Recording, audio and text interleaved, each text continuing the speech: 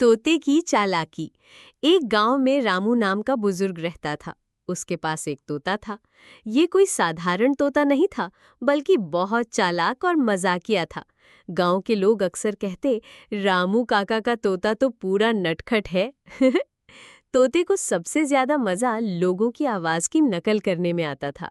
कोई बच्चा रोता तो वही आवाज निकाल देता, कोई गाय रंभाती तो उसी की आवाज में बोलता, और कभी कभी तो गांव के चौकीदार की तरह सीटी बजाकर चोर चोर चिल्ला देता।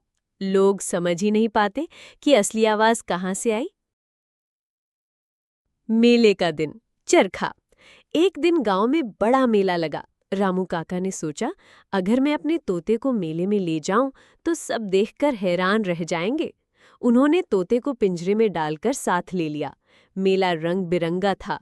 झूले, जादूगर, खिलौनों की दुकानें और मिठाइयों की खुशबू हर तरफ फैली हुई थी। तोता पिंजरे से बाहर देख रहा था और सोच रहा था, अरे वाह, यहाँ तो बहुत मजा है, लेकिन इस पिंजरे में फंसकर मैं तो कुछ भी नहीं कर पा रहा। तोते की शरारत। रामू काका जरा कपड़ों की दुकान देखने गए। तभी चालाक तोते ने अपनी चोंच से पिंजरे का दरवाजा खोल लिया और फुर्र से उड़कर मिठाई वाले की दुकान पर जा बैठा। दुकानदार जोर से ग्राहकों को बुला रहा था। आओ आओ, गरम समोसे, ताजे जलेबी। तोते ने तुरंत उसकी नकल उतारी। गुलाब जामुन मुफ्त है, जल्दी आओ जल्दी आओ। लोगों ने सुना तो दौड़ पड़े। कुछ बच्चों ने तो झटपट गुलाब जामुन उठा भी लिए। दुकानदार चिल्लाने लगा, अरे अरे, कौन कह रहा मुफ्त है, पैसे दो भाई। भीड़ बोली, अभी तो तुम ही चिल्ला रहे थे, मुफ्त है। दुकानदार हैरान होकर बोला, मैंने तो कुछ नहीं कहा। तभी ऊपर से पेड़ पर बैठे तोते की जोरदार हंसी सुनाई दी। हा हा हा, सबको बेवकूफ बना दिया। दूसरी शरारत।